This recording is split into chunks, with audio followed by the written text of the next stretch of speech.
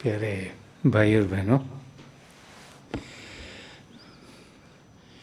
बहुत सी बार हम सब जब अपने आप के बारे में सोचने लगते हैं तो हमें समझ में नहीं आता कि ये जो ज़िंदगी है ये क्या है।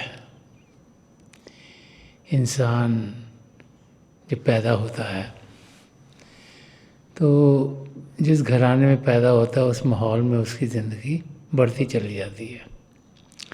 और जैसे जैसे उस घराने के ख्यालात हों, जिस तरीके से वो औरों से बातचीत करते हैं, जैसे वो अपने काम काज में लगे रहते हैं, ऐसे ही उन चीज़ों का असर उनके बच्चों पर होना शुरू हो जाता है।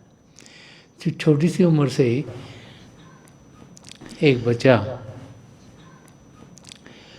अपनी ज़िंदगी वैसे गुजारना शुरू कर देता है जैसे उसके माँ बाप, उसके नज़दीकी जहाँ भी वो रहता है, उसके आसपास जैसे लोग रहते हैं, उनके लिहाज से इंसान ज़िंदगी गुजारना शुरू कर देता है।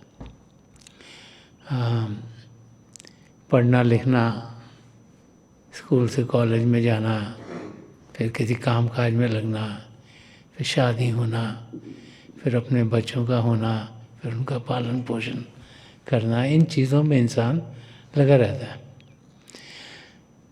उसे लगता है कि यही बहुत ज़रूरी है, क्योंकि वो देखता है कि सब लोग उसके आसपास यही कर रहे होते हैं। और फिर जैसे जैसे ज़िंदगी बढ़ती चली जाती है तो हम सब की ज़िंदगी में ऐसे मौके आने शुरू होते हैं जबकि जिनको हम समझते हैं, जो हमारे बहुत नज़दीक हैं, उनका शारीरिक रूप से इस दुनिया से चलावा हो जाता है। वो यहाँ पर फिर शारीरिक रूप में रहते नहीं। उस समय ज़्यादातर जो भी उनके नज़दीक हों, उनको ज़रूर ख्याल आते हैं कि क्या इनकी ज़िंदगी वैसी हुई जैसी होनी चाहिए। और जब इस किस्म के ख्यालात आते हैं तो फिर हमारा ध्यान अपने धर्मों की ओर, संत महापुरुषों की ओर जाना शुरू होता है। क्योंकि कोई स्कूल हमें सिखाता नहीं कि ज़िंदगी का लक्ष्य क्या है।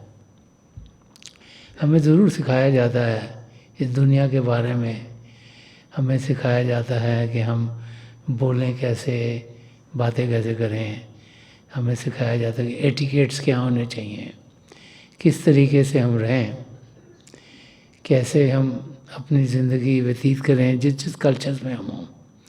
उन सब के लिए कोई ना कोई स्कूल होता है। और हमें एक भाषा नहीं आती, उसको सीखने के लिए भी कोई ना कोई टीचर मिल जाते हैं। लेकिन ज़िंदगी है क्या, उसको जीना कैसे चाहिए, उसका ज्ञान हमें दुनिया के किसी स्कूल कॉलेज से मिलता नहीं।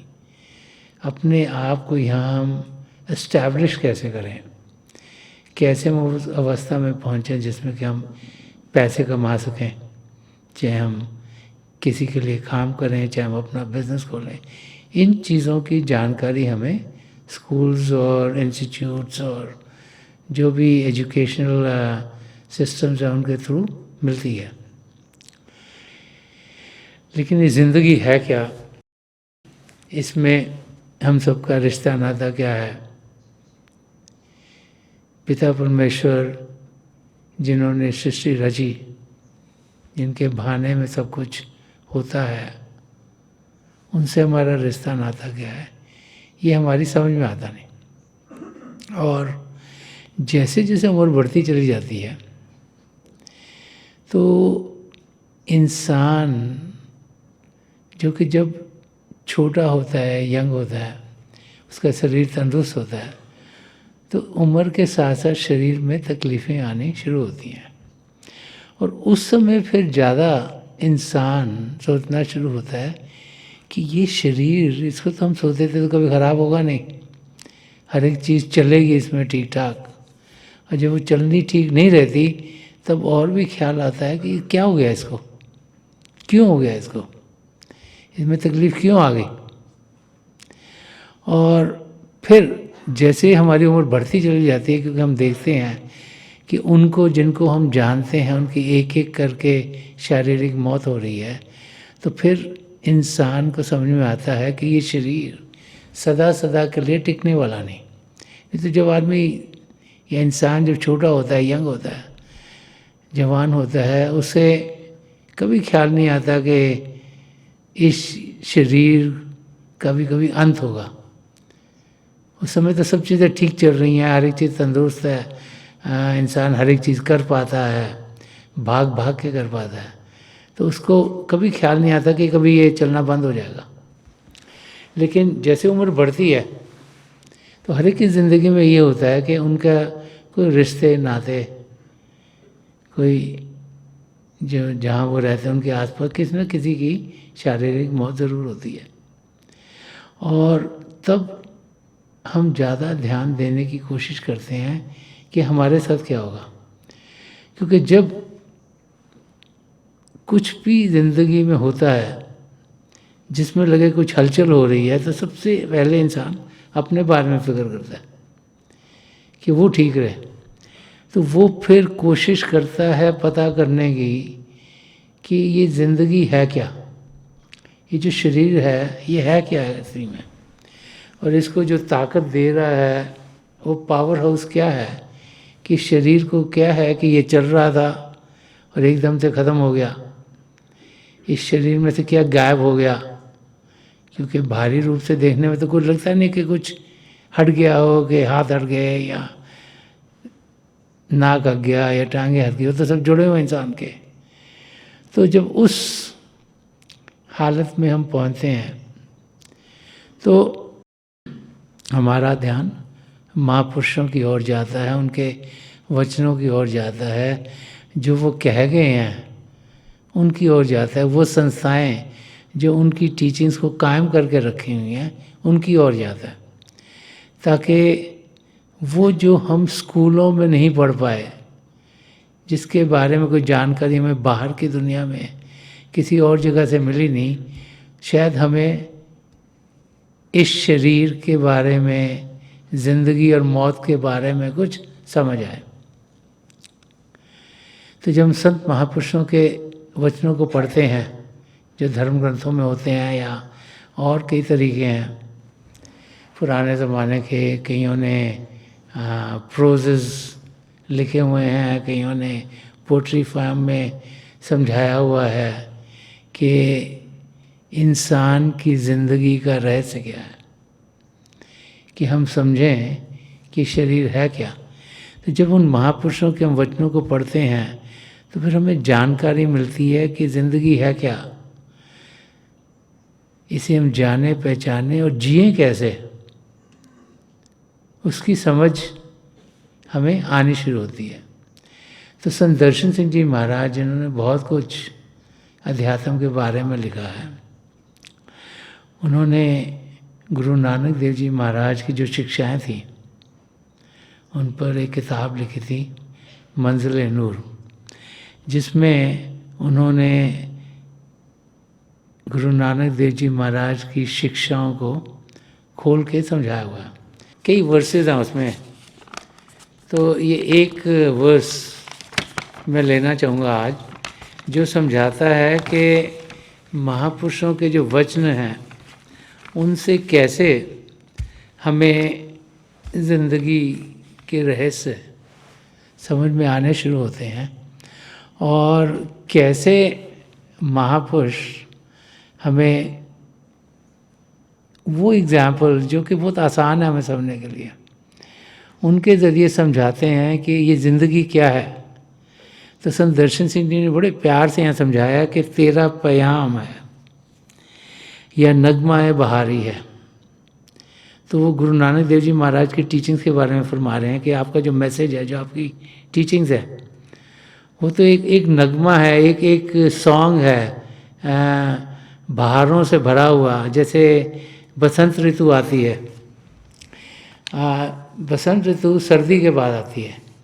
सर्दी में पतझड़ होता है, पत्थर वगैरह गिरते हैं, ठंड में जनरली ज़िंदगी काफ़ी मुश्किल से होती है। तो उसे अंधेरी मुश्किल समय समझा गया है। और स्प्रिंग टाइम जब आता है, जब बसंत ऋतु आती है, तो हवा भी मंद मंद होनी शुरू होती है, कलियां भी खिलनी शुरू होती है, फूल के बर्ड भी निकलते हैं, हरियाली हरियाली होनी शुरू हो जाती है, चीज़ें सब जगह बेहतर होती हैं।